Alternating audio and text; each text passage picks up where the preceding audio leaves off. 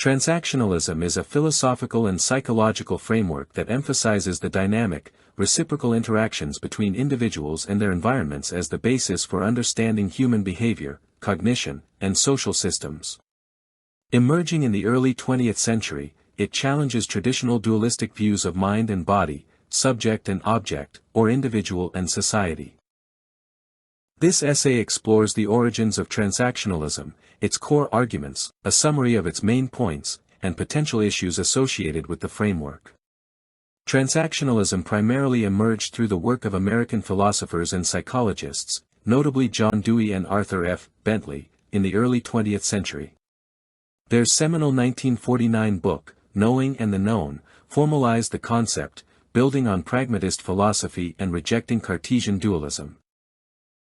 Dewey and Bentley argued that traditional philosophy often separated entities, e.g., mind versus matter, in ways that distorted the understanding of reality. Instead, they proposed that all phenomena, whether biological, psychological, or social, should be understood as processes or transactions within a unified, dynamic system. The roots of transactionalism lie in pragmatism, a philosophical tradition pioneered by Charles Sanders Peirce, William James, and Dewey himself.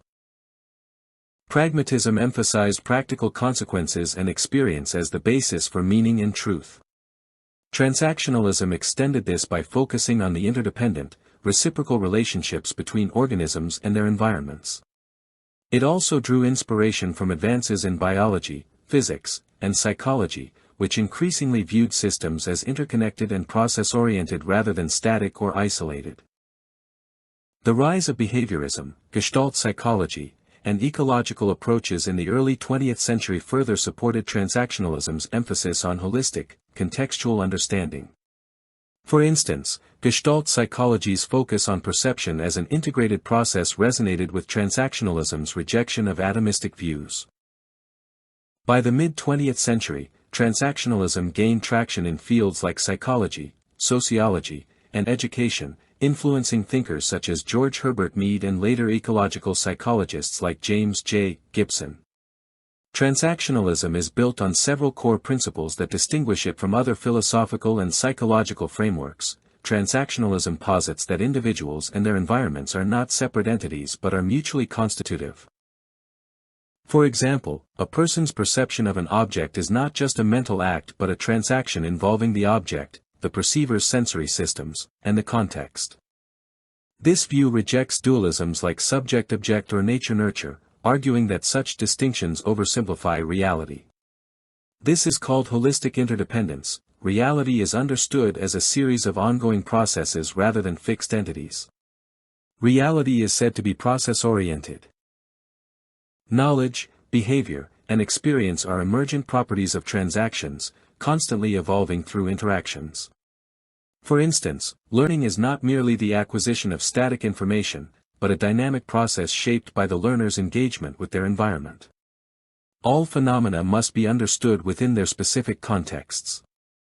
Transactionalism emphasizes that meaning and behavior arise from the interplay of an organism and its surroundings. For example, a social interaction cannot be reduced to individual intentions but must be analyzed as a transaction involving cultural norms, physical settings, and interpersonal dynamics. Context is important. Transactionalism is also critical of reductionism. Approaches that break down complex phenomena into isolated parts are rejected. Instead, it advocates for studying systems as wholes, where parts gain meaning through their relationships. This aligns with ecological approaches in psychology, which view perception and action as inseparable from environmental affordances. Transactionalists tend towards pragmatism. Transactionalism holds that knowledge is not a passive representation of reality, but an active process of inquiry shaped by practical outcomes. Dewey and Bentley argued that knowing is a transaction between the knower and the known, mediated by tools, language, and experience.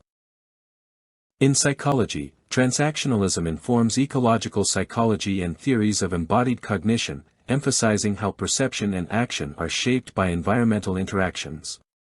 In education, Dewey's transactional approach underpins experiential learning, where students learn through active engagement with their environment. In sociology, it supports symbolic interactionism, which views social reality as constructed through shared meanings and interactions. In summary, transactionalists posit interconnectedness. Individuals and environments are mutually defining, with no clear separation between subject and object. Dynamic processes. Reality consists of ongoing transactions rather than static entities. Contextual meaning.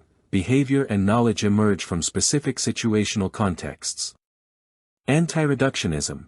Complex phenomena should be studied holistically, not broken into isolated parts. Active knowledge. Knowing is a transactional process involving inquiry and practical engagement. However, its detractors argue that there is a lack of specificity, or precision within transactionalism. Transactionalism's emphasis on holism and interdependence can make it difficult to operationalize or test empirically. Its broad, systemic focus may lack the precision needed for experimental research, leading some to view it as overly abstract. The framework's rejection of dualisms and reductionism can complicate its application in fields requiring clear distinctions, such as cognitive science or neuroscience. For example, studying brain functions may necessitate isolating specific neural processes, which transactionalism might resist. While contextualism is a strength, it can lead to relativism, where meaning becomes so context-dependent that universal principles or generalizations are hard to establish. This raises questions about the framework's ability to provide stable, predictive models. Despite its influence, transactionalism has not achieved the mainstream status of other frameworks like behaviorism or cognitivism. Its complexity and departure from traditional categories may have hindered its widespread acceptance in academic and practical settings. Some philosophers argue that transactionalism's rejection of dualism risks collapsing important distinctions, such as those between subjective experience and objective reality. This could undermine efforts to address phenomena like consciousness or intentionality. Transactionalism, as developed by Dewey, Bentley, and others, offers a powerful lens for understanding human behavior and knowledge as dynamic, interdependent processes.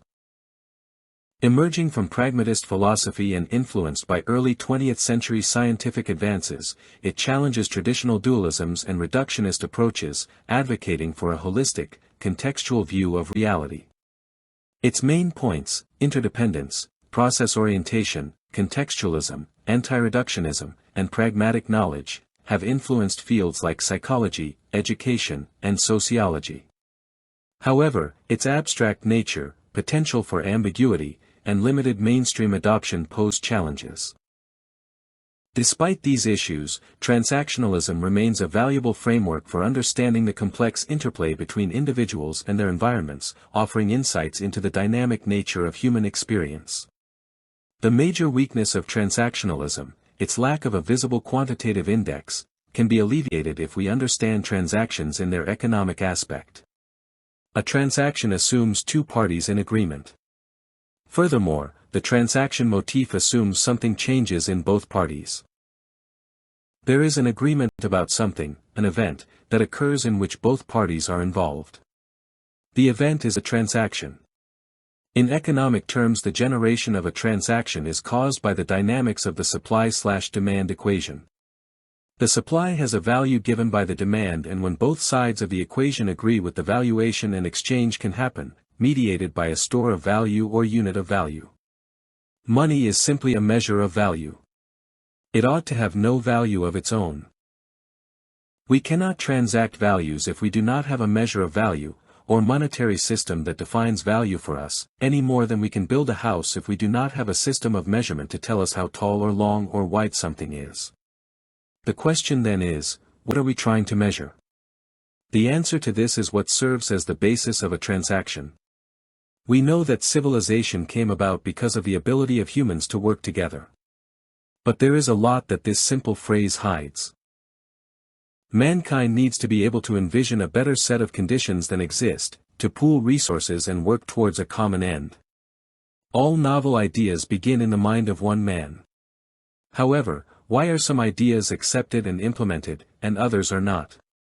What do good ideas share? There is one word that exemplifies what gains traction, in contradistinction to those that do not, and that is value. When something has value, it becomes something that can be transacted. Those things with value have transactional value.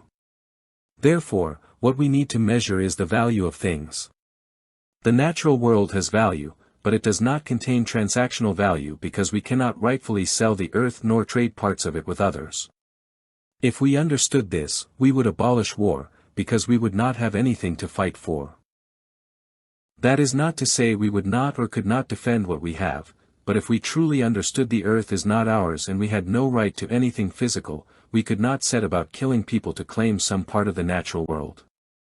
The earth has natural value for all life depends on access to air, water and food, which are the elements of earth. But in truth, there is not much in its natural state that is useful to man. Earth has, apart from its basic constituent life-giving properties, little value once the existence of life itself is assured.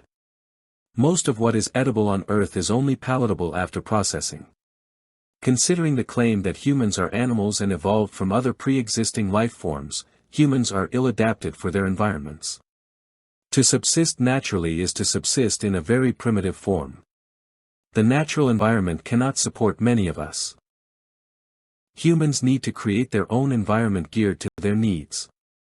Animals can survive in nature, humans cannot. The human being was created in a way that necessitates cooperation. If we do not cooperate, it is almost impossible to survive. The lower the threshold of cooperation, the more primitive we live. And herein is the rub. The devil infects us with greed and a conspiratorial mind. Too many people look for shortcuts to wealth.